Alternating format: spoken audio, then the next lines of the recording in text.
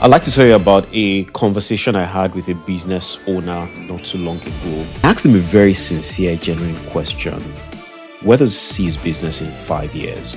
He said, I just want to be stable, Deji. I want to pay my bills. I kept, thinking about it afterwards and wondering, because this is not just something that I've heard from one entrepreneur. It is something that is the rule, not the exception. And the problem is not his market. The problem is not his product. The problem is not even capital. The problem is something that is happening inside his head. And it's called the scarcity trap. The danger of it is that it is self-confirming. You think small, so you price small. It's a continuous loop. It made sense to you when that mindset was being installed. You're allowed to think bigger. Nobody's stopping you to do that. You're allowed to price higher. You're allowed to imagine yourself moving beyond, your current community or your street corner. You're allowed to build the kind of company that 5 years from now, it makes people ask, how did they do that? The scarcity mindset is real, but it is not a prison, it is a habit, and habits can be changed.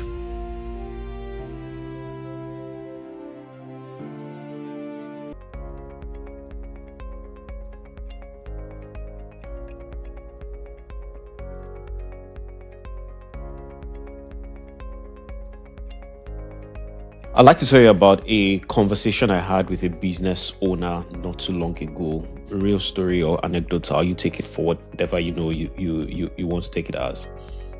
He ran a very good business, real customers, real revenue. He had been at it for almost 7-8 years or thereabout. And I asked him a very sincere, genuine question. Where does he see his business in 5 years? The gentleman paused for a few seconds and then he said, I just want to be stable, Deji. I want to pay my bills. Maybe hire one more person. And that was it. That was his response to that question. This is a question that you've probably had too many times. Where do you see yourself in 5 years, in interviews and all that? But I genuinely wanted to understand where he saw the business going to in 5 years' time. And while that response in itself holds some truth within the context of the world we live in now, AI driven, he said he just wants to hire one more person.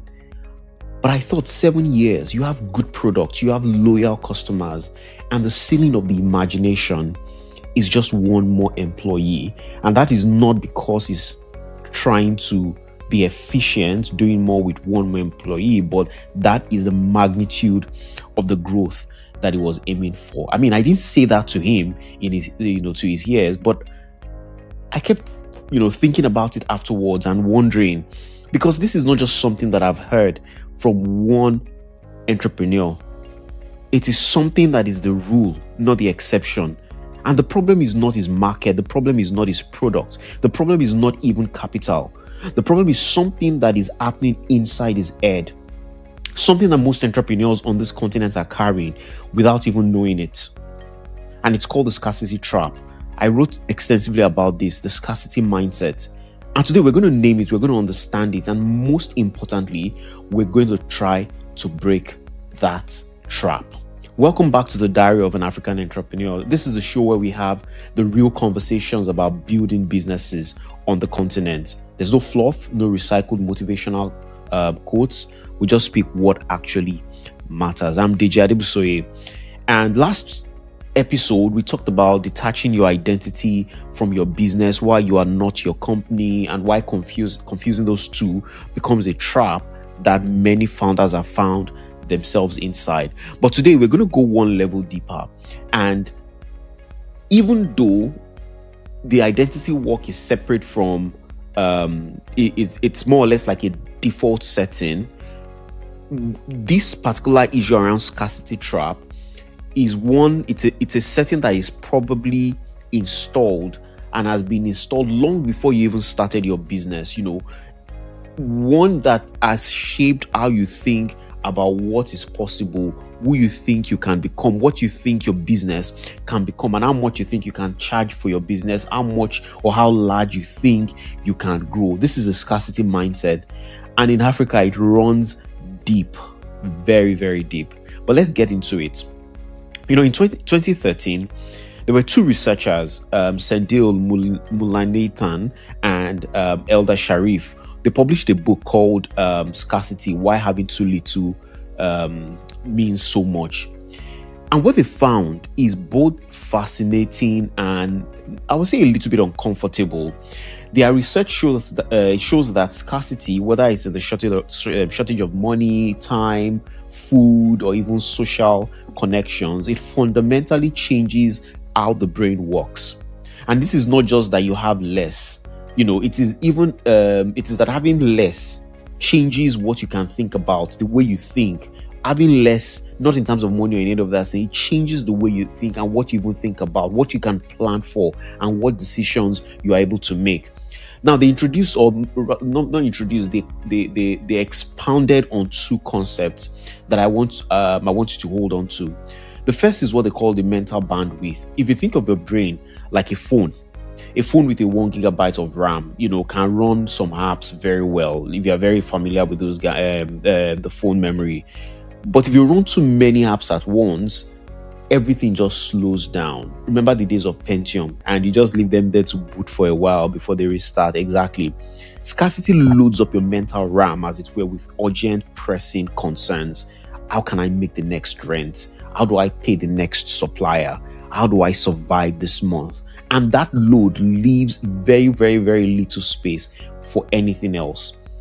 Whether it's strategic thinking, whether it's long-term planning, whether it's creative problem solving, all of it just gets squeezed out. That is the first concept, the mental bandwidth.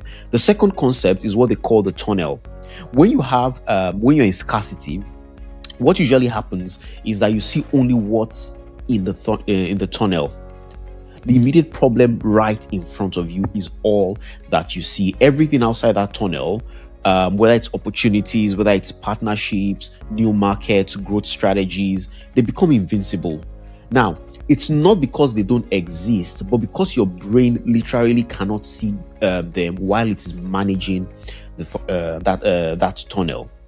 The research by these two gentlemen actually showed that the cognitive or the load of scarcity is so significant that it can reduce a person's effective IQ by approximately 13 points. You can imagine, if you're thinking what that means, it's just the equivalent of losing a full night's sleep. So if you've lost a full night's sleep and you know how drudgy you become, that is the equivalent of it. And crucially, this applies not just to individuals in poverty, but to anyone literally, including entrepreneurs who feel that they're operating from a position of not enough.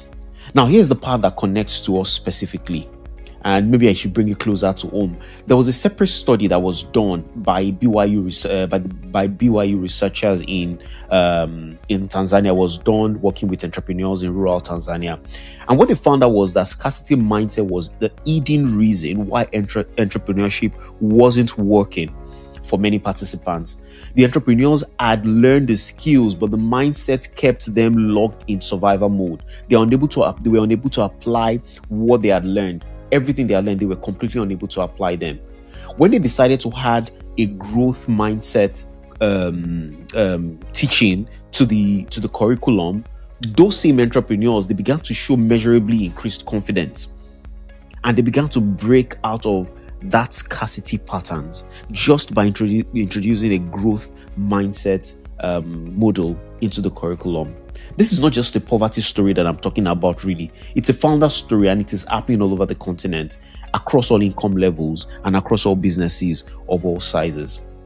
There are 5 ways in which scarcity trap might be costing your business right now. I will talk about some of them, but then we'll look at how we can address some of these things as we continue to build the business.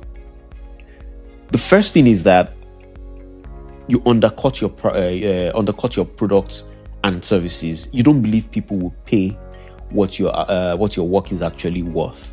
So if you found yourself in that mode before, it could be because of competitive reasons, but it could also be because you're just too worried that maybe something is going to happen if I do not sell below what it actually cost me or what I value that thing to be worth. The second thing is that you resist raising prices even as costs rise. You fear losing customers survival mode in your thinking, does not show that what value you're delivering to your customers is strong enough to push you to raise those prices, even though cost is ballooning. That is a second symptom that there is a scarcity mindset. The third thing is you think locally, even when your product could travel. Maybe people have asked you already about your product before and about it scaling the boundaries of your community or your state or your country, but every time you're always thinking, no, I just want to keep it here. Now, for valid reasons, you might want to. I've also seen people who scale too fast and they lost everything. But the question is not about scaling now. It's about, do you think you will ever get to that point? It's about what you think at that point. Do you think you could get to that point where you scale the business beyond that one community or that one state or that one country where you are presently running your business? That's the third element. The fourth thing is you don't invest in your business even when you have the money to do so. Your imagination is, the spending on growth just feels like it's reckless because you're not certain. Why will I just spend on growth? Because you're trying to survive. Let me keep the money. Every money you're making, you're just keeping it and putting it in the savings. So even an investment account, and you're too scared to invest behind what you believe could be a growth opportunity in your business. And the last symptom I'm going to talk about is you celebrate staying afloat as if it's a success. Your benchmark for winning has been set as not losing. As long as I'm not losing, I'm winning. And the reality is that these are all symptoms. While everything I've said now could be a possible business strategy, we need to get under it to really understand if it's a business strategy or it's just the demonstration of a scarcity mindset. Like I said, they are not character flaws. They are just symptoms. They are symptoms of a mindset that was shaped often by genuinely difficult circumstances, personal history. It could be family, financial crisis. It could be a culture that was taught to be grateful for small mercies, and a business environment that has repeatedly punished ambition. I'm sure many of us know war stories of people who try to scale their businesses and they've been burnt really bad. So it's not a character flaw. It's actually your experiences that are shaping a lot of the scarcity mindset that you feel. But the reality is that the scarcity mindset, even though it's rational and protective, has to be shaken off at some point. The danger of it is that it is self-confirming. You think small, so you price small. You earn small. You have small resources. So because you have small resources, you think small. It's a continuous loop that just keeps going around. And the only way to break the loop is not to make, is not to make more. It is rather to change the thinking pattern. The money follows the mindset, not the other way around. Very, very important. I'm going to talk about, share a story with you. Many of you already might have heard about this story before. It's a story of a lady called Sarah Blakely. She started a company called Spanx. Many ladies will probably know her, even if they've never used our product before. She founded Spank. It's a shapewear company that she started in 2000 with just about $5,000 in savings. She had zero background in fashion, no experience in manufacturing. When she started, she went, before she started Spank, she was a door-to-door fax salesperson. And basically, every manufacturer that she approached to produce a product, they turned it down. Every investor she pitched to, they laughed at the idea. It was a classic, scarcity pressure that you face. There's limited money, there's no industry connection, there's no credibility behind what you're doing. These are some of the things that makes you feel like, let me just stay where I am because I don't have those things that would work for me, that would help me to push my business, that would help me to scale. So rather than try, I would keep it at this stage. But what she did differently, she did not think about the size of her current resources. Rather, she thought about the problem that she was trying to solve, which was a real problem for her, and she was trying to solve this problem for many other ladies. She kept that vision big, even though she started small. What she did then was she drove down to Atlanta. She walked up to a particular buyer in Atlanta. She gave a live demonstration in the bathroom of her product on herself. and then the buyer agreed to stock the product. This was after many tries to get the attention of buyers, to get the attention of investors. The first year within our first year of getting the product out, Oprah Winfrey actually named Spanx one of her favorite things, meaning, obviously it means that she had used the product. She never took outside investments, and by 2012, she was named the world's youngest self-made female billionaire in the world. The through line, in this story is that sometimes it's not always about talent or luck. It is just a refusal to, let the size of the current reality set the limit for how you see or how you perceive the future.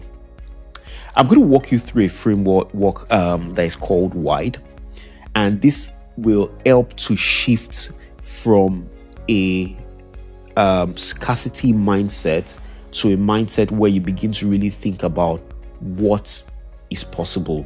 I call it WIDE, W-I-D-E, just to make it easy. Framework is just to make it easy for you to remember. So WIDE, W represents widen your reference points. Who are you comparing yourself to? One of the quietest ways that scarcity mindset operates is really always through comparisons, right?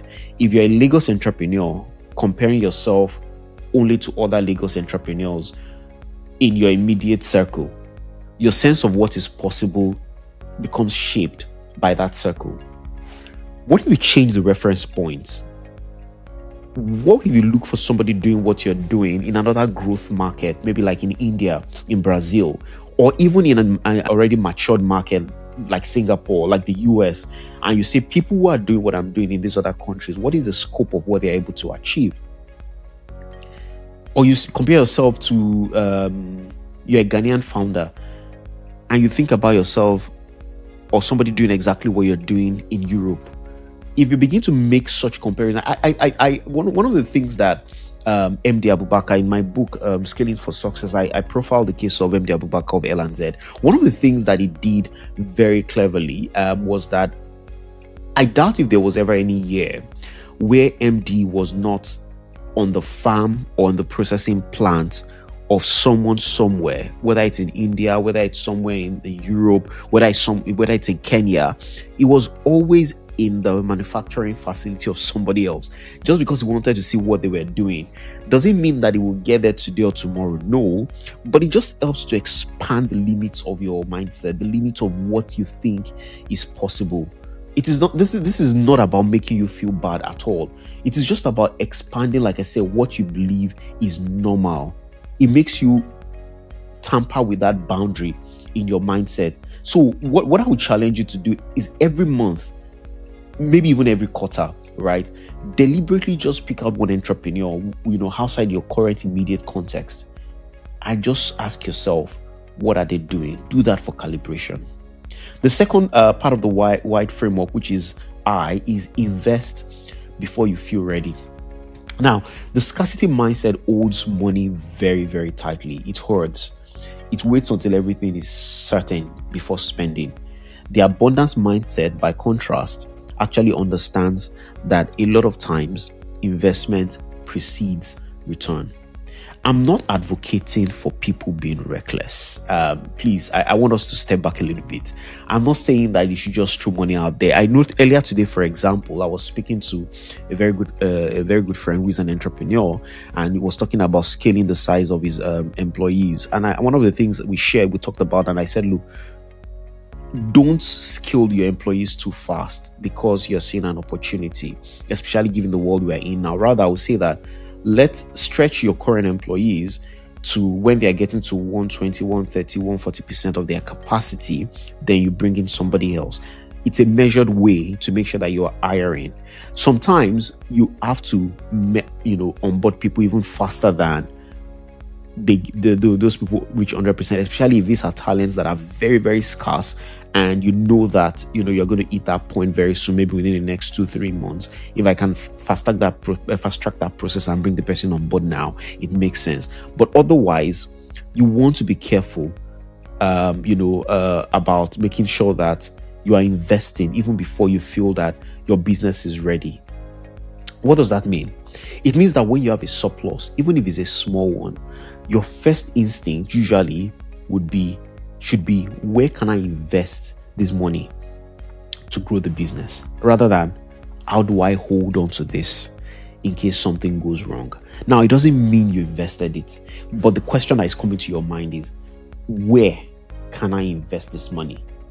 Even in big companies, when they declare, when we're very profitable, most of them either reinvest for growth or they give the money out as dividends to the shareholders. The reason is, if we are not seeing the opportunity to invest this money, rather than just keep the money, let us distribute it to shareholders. But there's always the opportunity to reinvest. So always ask yourself that question: is there an opportunity for me to reinvest this money back into this business for growth? Practically speaking, set a rule. Every quarter, identify one thing you have been avoiding investing in, whether it's a tool, whether it's a skill, whether it's a system, whatever it is. And the reason why you're doing that is because the reason why you're avoiding investing in the first place is because it felt like too much risk. Then ask yourself, when you get to that point, ask yourself, is this risk real, or is it a scarcity thinking? Oftentimes you'll find out that it's the second one, but it's good to do that exercise so that you can confirm for yourself where that stands. The third part of the framework is D. You need to design your pricing from value, not fear. Undercharging is one of the most widespread and most damaging expressions of the scarcity mindset in African businesses. You've convinced yourself that your customers cannot pay more, or that if you raise prices, you will lose them. And maybe that is true for some of them. In fact, not maybe, it is true for some of them. There are certain products that if you increase competitively, you can't price beyond a certain point. If you do increase your price beyond a certain point, you will lose your customers. And sometimes there has to be a play of price increase versus volume growth and what impact that has on your margin. Sometimes you realize that you increase price, you lose some customers, but your overall margin improves ultimately. And those are things you have to test. But the reality is that you cannot just convince yourself that your customers cannot pay more. This is a practical exercise. Take your most popular product or service, write down what it will cost your customers if they did not buy it. Whatever that product is, maybe like Spanx, you may make a shapewear, or you sell a particular type of service. Ask yourself, if my customers do not buy, what would it cost them? If the problem stays unsolved, what is the opportunity that will be missed? What is the pain that they will keep living with? Then write these things down. Write what it costs them to buy from you. The value gap is actually the difference between what it costs them if they do not get that thing, and what they buy from you. You've created the value. You realize that the value gap between those 2 points is usually very, very, very massive, and your pricing is probably not capturing that value. So try raising pricing on just one product or one part of your service, even if it's by 10 or 15%. Watch what happens. Most of the time, the catastrophe you were afraid of will not come. And the courage you build by doing it once makes the next time easier. This is an idea that can help you grow your revenue without changing what you currently do today, but you have just been too scared to pursue it. The last part of the framework is E, expand your geographic imagination. Africa is 54 countries. I know it is hard. It is extremely hard to do sales and expand beyond your country. But let's even leave out the country. Let's just focus on the community where you are. Maybe what you sell is just very community based, or your product is very community based. Now, great. If your strategy is about, I want to dominate this location and then expand out, that is great, right? I always advocate for that. But if your mindset is, this is where I just want to be, if I expand beyond this, I lose control. I will not be able to see what my employees are doing. Maybe they will steal from me. I'm sure, do these things resonate with you? They will steal from me. I will lose customers. So I will lose control of of the business. If these are all the reasons why you don't want to go beyond that small community you are, then it's definitely a show and a display of a scarcity mindset. Like I said, I'm not saying you have to go continent wide on day one, but I'm just saying your imagination should be there from day one. Ask yourself, could this work in one in one other African country, in one other state, in another community? What would need to be true for it to work? What would I need to learn for me to be able to push it, beyond where it is currently? The people who ask those kind of questions early enough are the ones who eventually make those moves. And the people who never ask, they really make those moves and they will stay within where they are forever. It's not by choice, and it's always by default. As I begin to tie things together, I want to give you an exercise to do this week, and I'm calling it the scarcity audit, and it will take you long to do it. The first thing is you want to do a ceiling check. Write down the biggest number you've ever seriously imagined for your business. Annual revenue, whether it's company valuation, number of employees, whatever the metrics are. I want you to write it down. Now ask yourself, who told me that number was the ceiling? Was it data or was it fear that told you that number is the ceiling? The second thing is the pricing truth. List your top 3 products or services. Next to each one, I want you to write what you currently charge. Then write what you would charge if you were confident that the customers will still say yes. Now see if there is a gap between those two numbers. The gap is the scarcity tax that you are paying every single day. I want you to do that pricing truth. The third thing is the investment freeze. Name one investment in your business that you have been putting off for 6 months, for 3 months, for a year. Write it down. Now write why you have not made it, why you have not made that investment decision, and be honest with yourself. If the real reason is that it feels too risky, when looked at closely, ask, is this risk real, or is this a tunnel that I have? Finally, the geography question. Look at what you're building. Ask yourself that what is the largest geography that this could realistically serve in another 5 years? Write that down. Now ask yourself, what would I need to do or know that will make that real?